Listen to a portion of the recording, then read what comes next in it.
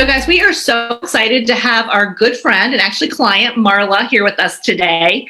She helps people create courses or optimize courses. And she actually is an educator, and she does this with nonprofits and with schools. In the online space, we hear that a lot of people buy courses, but they don't finish them. And so Marla is going to talk a lot about that today and how you can make sure, if you want to have a big impact and make sure that your clients have true transformation, what you need to consider when setting up your course. So we are so thrilled to have you here. Thank you. I'm really thrilled to be here. This is going to be fun. Marla, tell us a little bit about how did you get involved in curriculum creation? Yeah. That's where you really started, with curriculum rather than course creation. So tell us a little bit about that. My master's is in educational leadership and have worked in educational technology, and I'm obviously an educator. Then I was consulting for a curriculum mapping firm. And what we did was we would work with schools to put in place processes of curriculum review and analysis. So thus optimizing the curriculum, right? In a school situation, it was, if you have a K-8 school, then you want your students to have a K-8 experience. You don't want them to have Aztec history in third grade and in eighth grade, and those teachers not talk to each other. So it's finding those gaps and redundancies.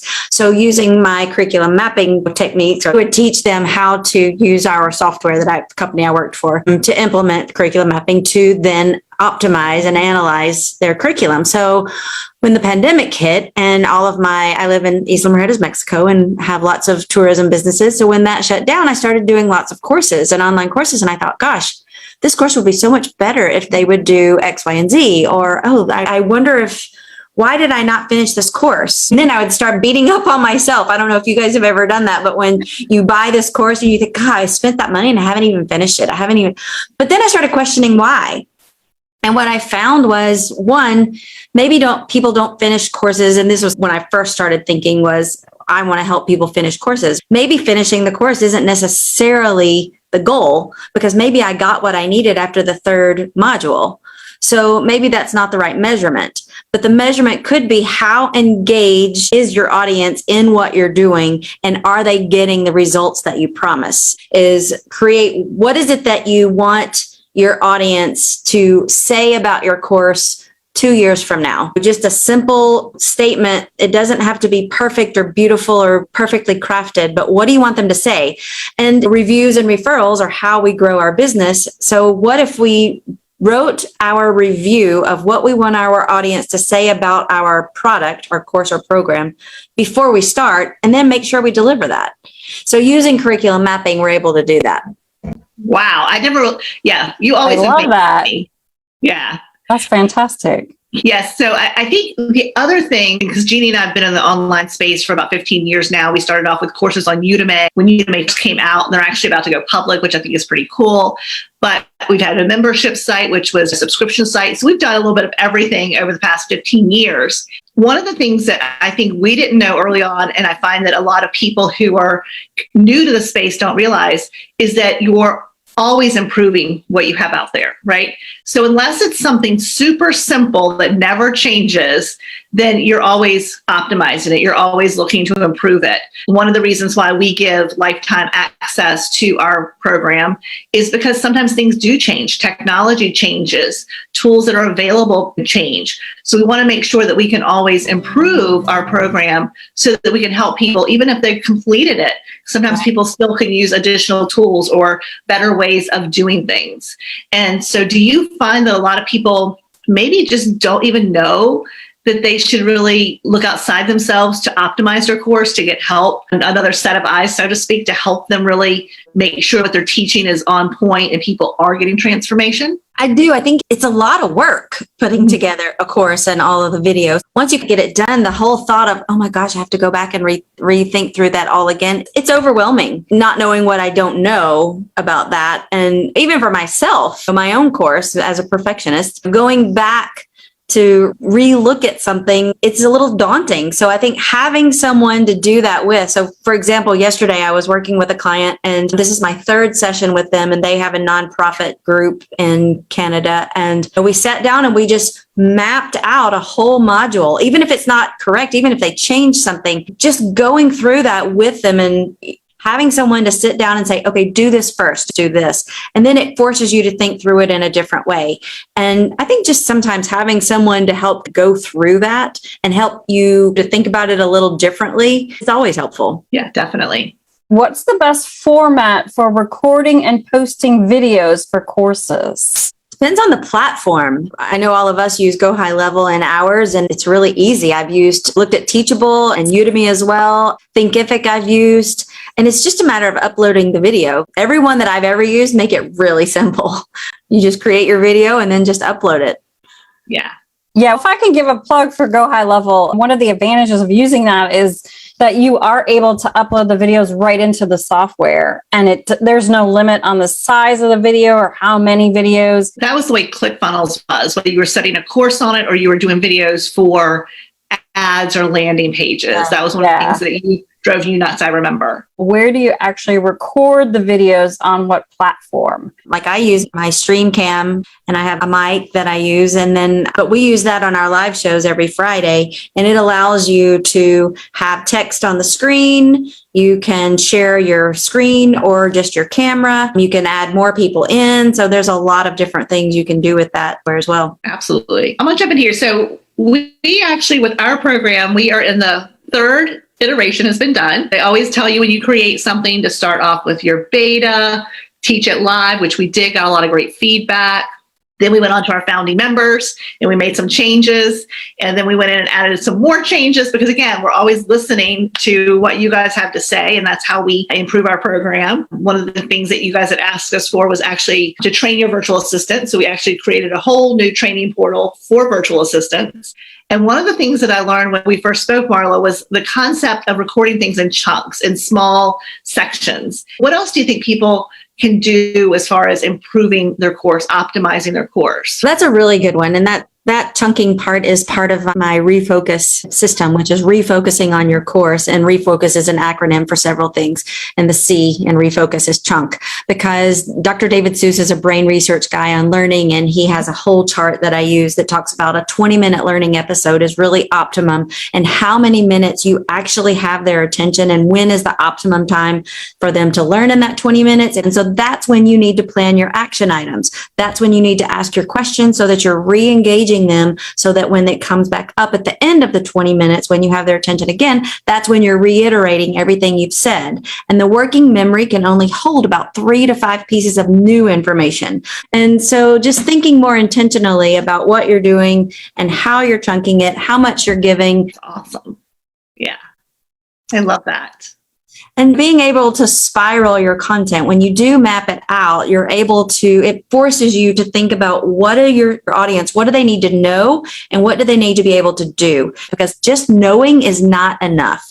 I can tell you something all day long, but until I give you an action item to go and practice it, it's not the same thing. Yeah, I know all of us have probably experienced this. You buy something new and it comes with instructions, and you read the instructions like 12 times and I have no idea what they're saying, which is why I think so many people don't read instructions. You just get it and start trying to figure it out because they don't make any sense. That's exactly right. Because our brains, which is another piece of what I teach, is how to use essential questions to really encourage engagement and get the brain thinking, because the brain needs to make sense of information. As a course creator, how are we providing our audience with these opportunities to grapple with new information, attach it to prior knowledge and experiences, then to grow further? Anyone can do it, but you want to do something that people are going to find an amazing experience and something that's going to transform them. So they're going to run around and sing your praises. That's right. We have all these quotables from Marla.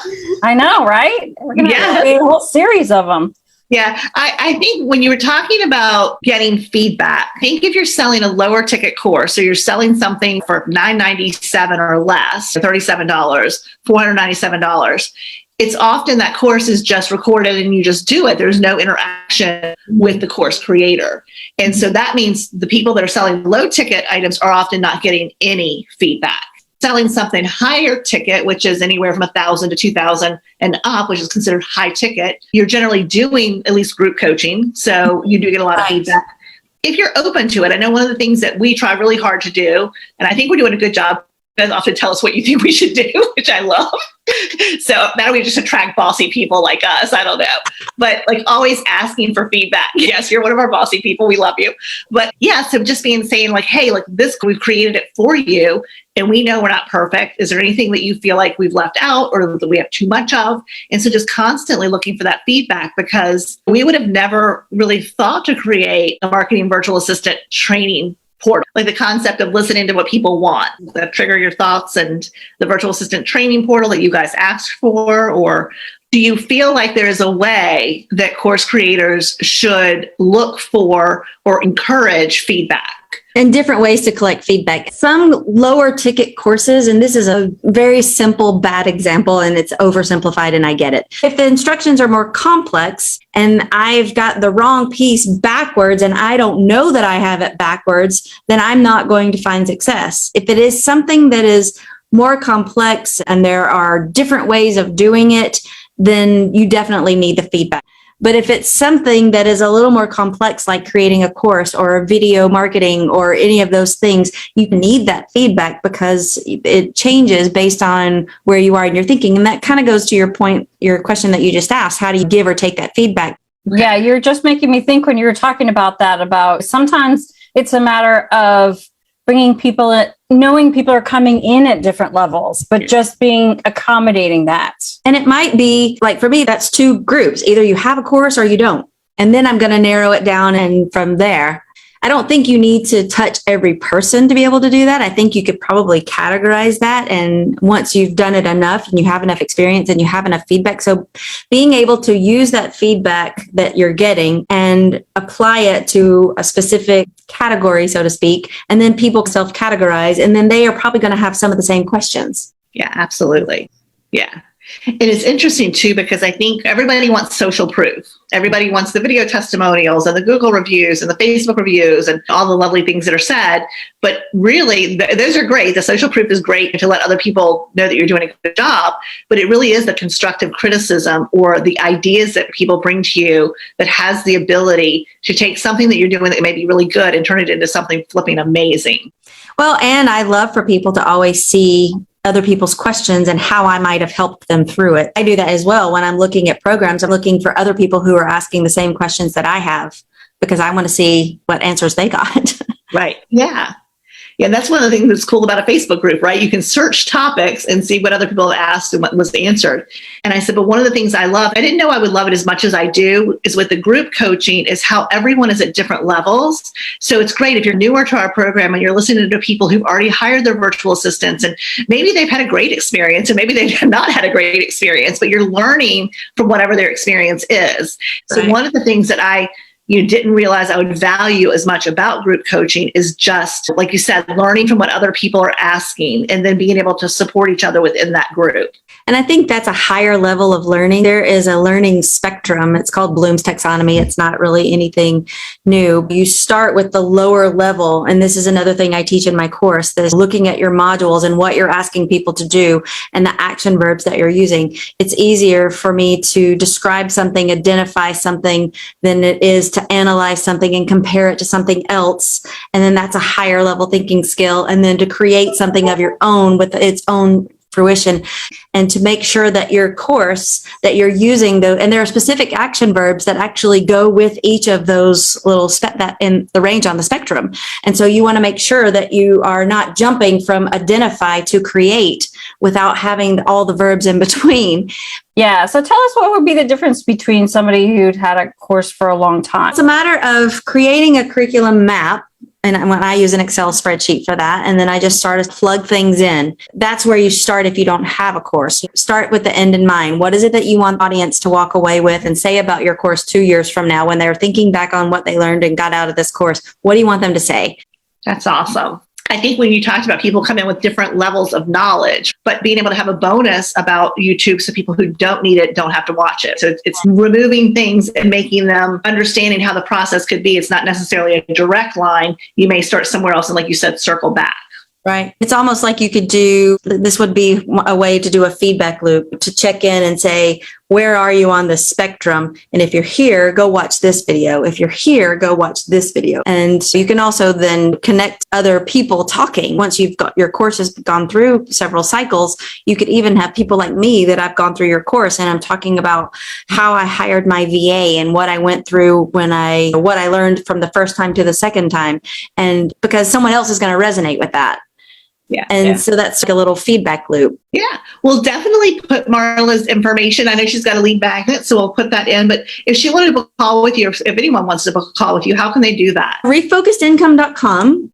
Yep. And Marla's given us a free course optimizer content planning guide, which I will put a link to in the comments. Yeah. So I was just thinking, any final thoughts you want to leave people with about optimizing their courses? I think it really comes down to 3, maybe 4 things. The first thing is keeping the end in mind. Start with what do you want them to say about it?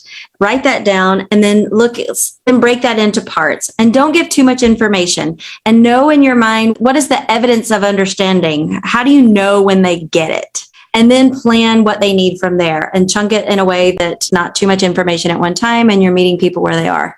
That's perfect. Evidence of understanding, I think, is fantastic.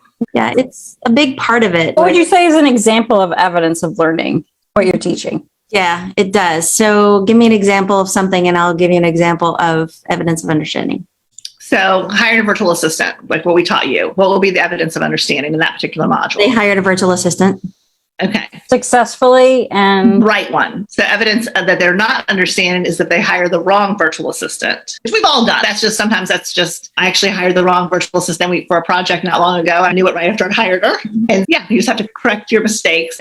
What does the success of your promise look like?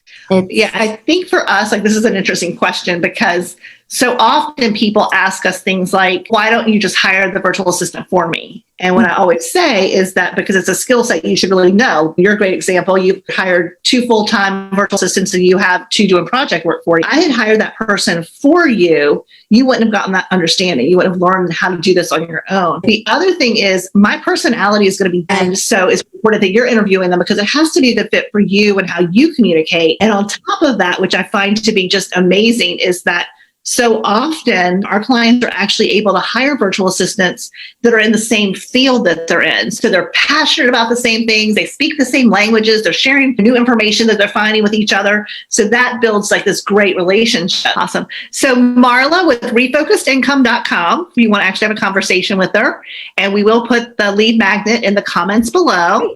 Yeah, I think what you're doing is fantastic. And I think that there's always more we can learn from you. So thank you so much. Thank you guys so much. Appreciate all you do.